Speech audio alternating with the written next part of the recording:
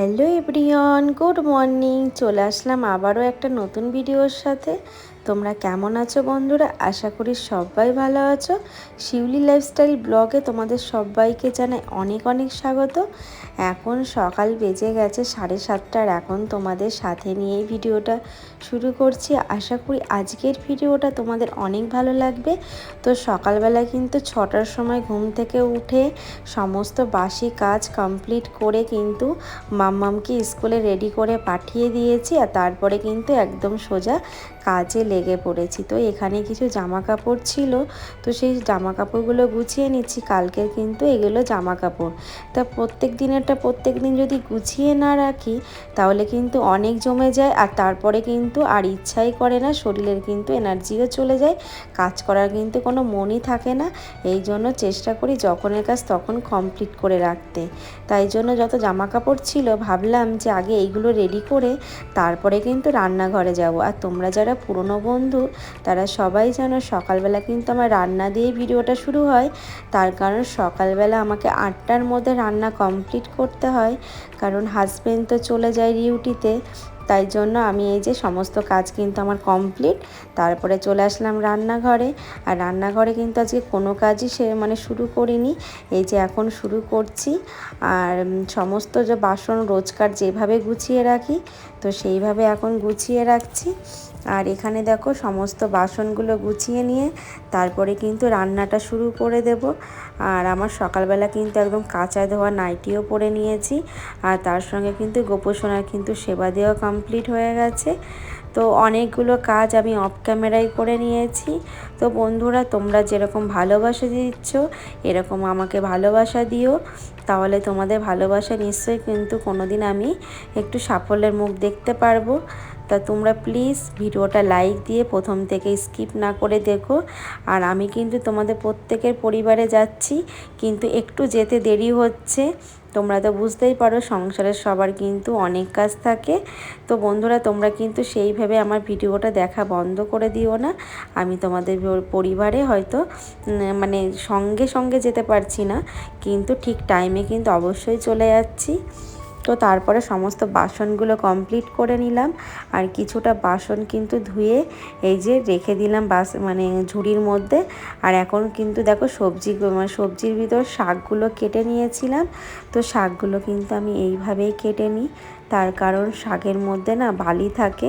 তো আমি এরকম কেটে নিয়ে অনেকক্ষণ এরকম বড় গামলার মধ্যে জল দিয়ে শাকগুলো এইভাবে অনেকক্ষণ ভিজিয়ে রাখি।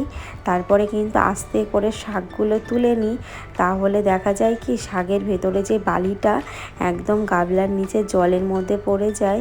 তো সেই জলটা এরকম উপর থেকে কিন্তু শাকগুলো তুলে আবার আমি জলটা ফেলে দিয়ে 3 থেকে 4 বার কিন্তু আমি ধুয়ে নিই। তো এইভাবেই করি আমার কাজগুলোকে সহজ করার জন্য। আর আমি সত্যি কথা বলতে ভেজা শাকগুলো ধুয়ে কাটতে এইটা আমি একদম পারি না, আমার হয় না। আমি কিন্তু এইভাবে কেটে তারপরে ধুয়ে নিই। তো আজকে করব একটু সয়াবিন করব, তার জন্য কিন্তু সয়াবিনগুলো কিন্তু আমি সিদ্ধ করে নিয়েছি, আলুর সঙ্গে ভেজে নিচ্ছি।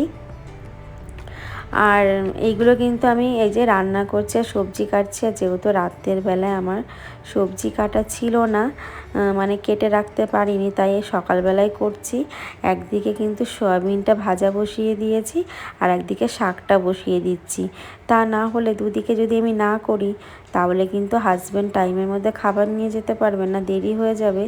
এই জন্য দুদিকে বসিয়ে দিলাম, আর দুদিকে বসিয়ে দিলে কিন্তু আমার তাড়াতাড়ি রান্না হয়ে যাবে। আর যেহেতু সকালবেলা তাড়াহুড়ো থাকে বন্ধুরা, এই জন্য সকালবেলাটা কিন্তু অল্প করেই রান্নাটা করি, কারণ 2-3 জনের মানুষের জন্য বেশি রান্না করি না, তারপরে তো আবার রাতে রান্না করতে হয়। আর এই যে এইদিকে দেখো সয়াবিন, আর এদিকে যে মশলাটা কষিয়ে নিচ্ছি। এর ভিতরে কিন্তু আদা, জিরে যেরকম মশলা থাকে সেইগুলোই কষিয়ে নিচ্ছি। আর নিরামিষের দিনে একটুই চেষ্টা করি যে একটু স্পাইসিভাবে রান্না করার, একটু মশলা দিয়ে, তার কারণ এমনি নিরামিষ কেউই ধরো খেতে চায় না। আর যদি সেই নিরামিষটা আমি একটু ভালো করে রান্না করার চেষ্টা করি তাহলে কিন্তু খেতেও ভালো লাগবে, আর কিন্তু অন্যরকম একটা বিরক্তিবোধও লাগে না। তো আমি এইভাবে করছি। আমার মাম্মাম কিন্তু সয়াবিন খেতে ভালোবাসে না, যেদিন নিরামিষ হয় সেদিন কেউ একদম খেতে পারে না। কিন্তু আমি এইভাবে সয়াবিনটা রান্না করলে আমার মাম্মাম কিন্তু সেদিন মাছের কথাও ভুলে যায়। তো এইভাবেই কিন্তু করার চেষ্টা করি। সব দিন তো আমি সাদামাটাভাবেই রান্না করি। তো হাজব্যান্ডের জন্য এই যে এদিকে আমি পাউরুটিগুলো সেঁকে নিচ্ছি, আর কলা দিয়ে ওকে জ্যাম পাউরুটি আর কলা দিয়ে দিয়ে দেবো সকালের ব্রেকফাস্ট। তো যেদিন যেরকম সেদিন সেরকম। তো এটা করতে কিন্তু অনেকটা দেরি হচ্ছিল, তার জন্য কিন্তু এইভাবে তাড়াহুড়ো করে সেঁকে নিচ্ছি। কারণ অনেক সময় কি হয়, আমাদের কিন্তু ব্যস্ততার জন্য কিছু কিছু কাজ এরকম সহজ করেই নিতে হয়, তাহলে কিন্তু অনেকটা সহজ হয়ে যায় কাজগুলো। তো তাড়াতাড়ি করে জ্যাম লাগিয়ে দিচ্ছি, তার কারণ হাজব্যান্ড কিন্তু রেডি হয়ে গেছে, ওকে এখনই খেতে দেব। আর এদিকে দেখো যে ম্যাঙ্গো জ্যামটা খেতে খুবই ভালো লাগে, ফ্লেভারটা কিন্তু খুবই সুন্দর। তো ম্যাঙ্গো জ্যাম দিয়ে যে লাগিয়ে দিলাম, আর এদিকে কিন্তু আমার রান্না প্রায় কমপ্লিট। তো ওকে খেতে দিয়ে আমি কিন্তু খাবারটা বেড়ে নেব। তো হাজব্যান্ডকে কি জ্বালা দেখো, বললাম যে খেয়ে নাও, বলছে খাবো না, তুমি টিফিন কৌটো দিয়ে দাও, বাইরে গিয়ে খেয়ে নেব। ওর নাকি দেরি হয়ে গেছে, ও আবার দেরি টাইমের মধ্যে যায়, দেরিতে যায় না। তো এদিকে খাবার দিয়ে দিলাম আর তার সঙ্গে টিফিনটা দিয়ে দিলাম। তো টিফিনটা সকালে খেয়ে নেবে। আর এদিকে কিন্তু আমার তরকারিটা আমি এই যে নামিয়ে নিলাম, নিয়ে এখন কিন্তু খাবারটা বেড়ে দিয়েছি, ও কিন্তু নিয়ে চলে গেছে বন্ধুরা। আর এখন আমি এই যে খাবারগুলো সুন্দর করে গুছিয়ে নিয়ে এখন চলে আসলাম পুরো রান্নাঘর ক্লিন করতে। আর তোমরা তো জানো প্রত্যেক দিন আমি রান্নাঘর অনেকটা টাইম ধরে ক্লিন করি আর এইভাবে গুছিয়ে রাখি। আর কি বলো তো, এত সুন্দর ঘরটা মেনটেন করতেও কিন্তু অনেকটা এর পেছনে পরিশ্রম থাকে। তোমরা গোছানোটা দেখো, কিন্তু পরিশ্রমটা হয়তো সবাই দেখতে পাও না। তো আমি সুন্দরভাবে পরিষ্কার করে গুছিয়ে রাখি বলে হয়তো দেখতে সুন্দর লাগে। আর এইভাবে আমি প্রত্যেক দিনের কাজ প্রত্যেক দিন করে নিই, তাহলে আমাকে এক্সট্রা করে আর কোনো দিন কিন্তু সব কিছু ক্লিন করতে হয় না। তো যতটা যেরকম মানে টাইম থাকে ততটা টাইমের মধ্যে কিন্তু সময় বার করে আমি সমস্ত রান্নাঘরটা ক্লিন করি। এতে আমার চাপটা অনেকটা কমে যায় আর আমি অনেকটা কিন্তু হালকাও হতে পারি। আর আমাদের কিন্তু এই যে তোমাদের বারবার একটা কথাই বলি যে আমাদের একার সংসার কিন্তু একাইভাবে বুদ্ধি করে করতে হয়, আমাদের কিন্তু হেল্প করার মতো কেউই থাকে না। তো যখন দেখি কেউ থাকে না তখন কিন্তু কাজগুলো সহজ করার জন্য এইভাবে কিন্তু রোজ অল্প অল্প করে কাজগুলো গুছিয়ে নিই, যাতে কোনো চাপ যাতে আমার উপর না পড়ে, এই জন্য কাজগুলো কিন্তু এইভাবেই করি। আর এই দেখো এই টাইলসগুলো আমি রোজ এইভাবে ক্লিন করি। তোমরা হয়তো সামনে থেকে দেখে বুঝতে পারছো না, কিন্তু তোমরা যদি কখনো আমার বাড়িতে আসো দেখতে পাবে আমার এই টাইলসে কিন্তু একটু তেল মশলার দাগ পাবে না যে আমি রান্না করে উঠলাম। তার কারণ সমস্তটা এইভাবে ক্লিন করে রাখার চেষ্টা করি। আর এই যে কলটা দেখতে পাচ্ছ বেসিংয়ের, এই কলটা কিন্তু রোজ ক্লিন করি, রোজ পরিষ্কার করে রাখি। এতে কিন্তু নিজেরও ভালো লাগে আর অনেকটা কিন্তু কাজ করতে একটা মানে শান্তি, একটা মানে মাইন্ডটাও ফ্রেশ লাগে, অনেকটা শান্তি লাগে।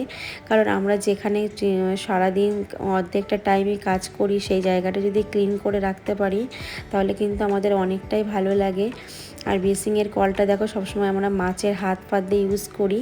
তো সেই কলটা যদি সুন্দরভাবে ক্লিন করি তাহলে কিন্তু অনেকটা সুন্দর হয়ে যায়। আর দেখো তার সঙ্গে কিন্তু টেবিলটাও আমি ক্লিন করে নিই। এই টেবিলে কিন্তু খাওয়া দাওয়া হয় আর তারপরে কিন্তু সবসময় ক্লিন না করলেও ভালো লাগে না। তো বন্ধুরা তারপরে কিন্তু ঘর মুছে স্নান করে চলে আসলাম সোজা ছাদে। তো ছাদে এসে সমস্ত বাসনগুলো ধুয়ে নিচ্ছি, কারণ পুজো দেব। আর পুজো দিয়ে তারপরে কিন্তু মাম্মামকে আনতে চলে যাব। আর তোমরা জানোই অনেকে যারা আমার ভিডিও দেখো যে সকালবেলা আমার স্নান পুজো রান্না সমস্ত কিছু কমপ্লিট হয়ে যায়, 8টার মধ্যে রান্না কমপ্লিট হয়ে যায়। তো এইভাবে কিন্তু মানে সময় ধরে কিন্তু তাড়াতাড়ি করে ঘুম থেকে উঠি বলে সমস্ত কাজগুলো গুছিয়ে নিতে পারি। তারপরে কিন্তু সারাদিন অনেকটা ফাঁকা থাকে, নিজের জন্য নিজের অনেকটা সময় বার করতে পারে। আর এই দেখো এটা আমাদের ছাদ। তো ছাদের দেখো টবগুলো আর গাছগুলো দেখতে পাচ্ছ। তো এখান থেকে কিছু ফুল তুলে নিচ্ছি, তো সেইগুলো দিয়ে এখন পুজো দেব। আর এইগুলো কিন্তু আমার সব শ্বশুরমশাইয়ের হাতে লাগানো, উনি বেঁচে নেই কিন্তু ওনার স্মৃতিগুলো এখনও আছে। আর ছাদে কিন্তু অনেক টব ছিল। তো যাই হোক তারপরে নিচে চলে আসলাম। এইদিকে দেখো আমার এই যে পুজো দেওয়া প্রায় কমপ্লিট। তো বন্ধুরা আমার পুজো দেওয়া কমপ্লিট আর আমি একটু হালকা করে খেয়ে নিয়েছি, নিয়ে এখন রেডি হয়ে গেলাম। আর খেতে গিয়ে একটু দেরি হয়ে গেল, কিছু করার নেই। চলো তাহলে এসে তোমাদের সঙ্গে কথা বলবো। আর বাইরে যা প্রচণ্ড গরম, মাম্মামের জন্য সানগ্লাস আমি ছাতা সমস্ত কিছুই নিয়েছি। তাহলে চলো বন্ধুরা, তো আসার পর অনেকক্ষণ পর আবার তোমাদের সামনে আসলাম। এসে একটু বসেছিলাম বাইরে, এতটা গরম শরীরটা খারাপ লাগছিল। তো এখন মাম্মামকে স্নান করিয়ে দিয়েছি, ওকেও খেতে দিয়ে দিয়েছি। তাহলে চলো বন্ধুরা তোমরাও খেয়ে নাও। নাও। তাহলে ভিডিওটা এখানেই শেষ করছি, আবার দেখা হচ্ছে নেক্সট কোনো ব্লগে। সবাই ভালো থেকো, সুস্থ থেকো, আর ভিডিওটা ভালো লাগলে অবশ্যই লাইক কমেন্ট করো। Tata, by.